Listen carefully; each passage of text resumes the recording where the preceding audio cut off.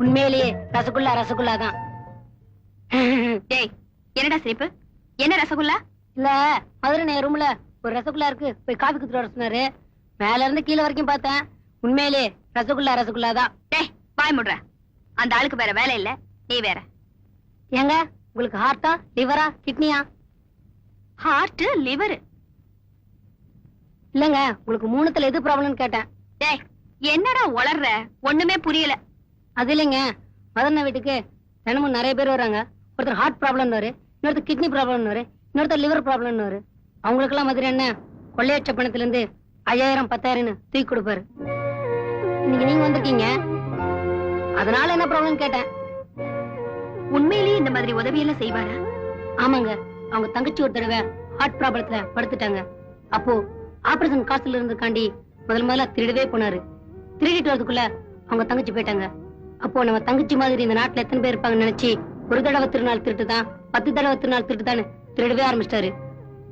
அப்பத்துல இருந்து யார் யாருக்கு என்னென்ன ப்ராப்ளமோ அவங்களுக்கு எல்லாம் பணத்தை அள்ளி கொடுத்துருவாரு.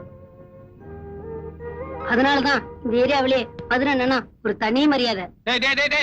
போதுண்டா. ஏண்டா அங்க கடையில நாயர் பையன் இல்லைன்னு சொல்லி தேடிக்கிட்டு இருக்காரு, இங்க வந்து என்ன கதை விட்டுக்கிட்டு இருக்கிற? இல்லண்ணா, ஒரு ராத்திரி பூரா அவங்க கூட தனியா தங்கியிருக்காங்க. அப்ப கூட உங்களை பத்தி சரியா புரிஞ்சுக்கல. அதான் வடிமன் சின்னன்னு அள்ளி விட்டுக்கிட்டே இருக்கேன். கண்ணு குளிச்சு ஏதாவது கிடைச்சதுன்னு அள்ளி விடுவீங்களே, போடா. இந்த பேஸ்ட் பிரஷ் ஒரு செட் ட்ரெஸ் இருக்கு, குளிச்சுட்டு பொம்பளை மாதிரி சீக்கிரம் ரெடியாகு. புடி.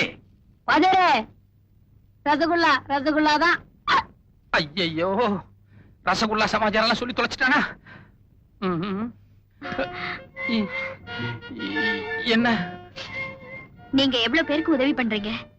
உங்களை போய் அனாவசியமா கிரிமினல்னு சொல்றாங்க. ஐயோ, நான் என்னதான் வாரி கொடுத்தாலும் இன்னொரு இடத்துல இருந்து எடுத்ததுதான், அதனால திருடன் தான். எனக்கு கூட இப்போ திருடணும்னு ஆசை வந்துருச்சு. திருடணும்னா ஒரே ராத்திரி தான் எங்க கூட வந்த, என் காத்து உன்னை இப்படியா மாத்தணும்? அது இல்ல, நான் திருட நினைச்சது உங்க மனச. ஐயோ, இத பாருமா, நான் திருடன். சாதாரணமாவே ராத்திரி நேரத்துல வீட்டுல தங்க மாட்டேன். அப்புறம் எத்தனை மாசம் உள்ள இருப்பேன், எத்தனை மாசம் வெளிய இருப்பேன்னு சொல்ல முடியாது. அதனால என் காம்பினேஷன் உனக்கு சரியா ஒர்க் அவுட் ஆகாது. நீ உன் அழகுக்கு டாக்டர், இன்ஜினியர் இந்த மாதிரி பெரிய லெவலுக்கு பாரு. கொஞ்சம் கன்சிடர் பண்ணுங்க. என்ன இருந்தாலும் நீங்களே என்ன ரசிச்சு ரசகுல்லான்னு சொல்லிருக்கீங்க. ஐயோ, தெரிஞ்சிருந்தா உன்னை நான் மிளகா பச்சின்னு சொல்லிருப்பேன். சார், நாம நினைச்சது சரியா போச்சு. ருத்ராவோட பாடி இது வரைக்கும் போஸ்ட்மார்ட்டத்துக்கே வரல. லலிதாமா ஏதோ இன்ஃப்ளூயன்ஸ்ல ரிப்போர்ட் தயார் பண்ணிருக்காங்க. சாகாத ஆளுக்கு ஒரு போஸ்ட்மார்ட்டம் ரிப்போர்ட்டா? அதுவும் நமக்கு ரொம்ப சௌகரியமா போச்சு. இப்ப ருத்ரா நிச்சயமா லலிதாவோட பாதுகாப்புல தான் இருப்பா. நீங்க என்ன பண்றீங்க? லலிதாவை ஃபாலோ பண்றீங்க, ருத்ராவை கண்டுபிடிக்கிறீங்க, அவளை மர்டர் பண்ணி பாடியை பப்ளிக்ல தூக்கி போட்டுறீங்க. ஓகே, நாளைக்கு நம்ம என்கொயரியில லலிதா டிபார்ட்மெண்டே சீட் பண்ணிட்டான்னு சொல்லி அவளையே உள்ள தெரியல. எப்படி idea? Very good. Cheers. Cheers.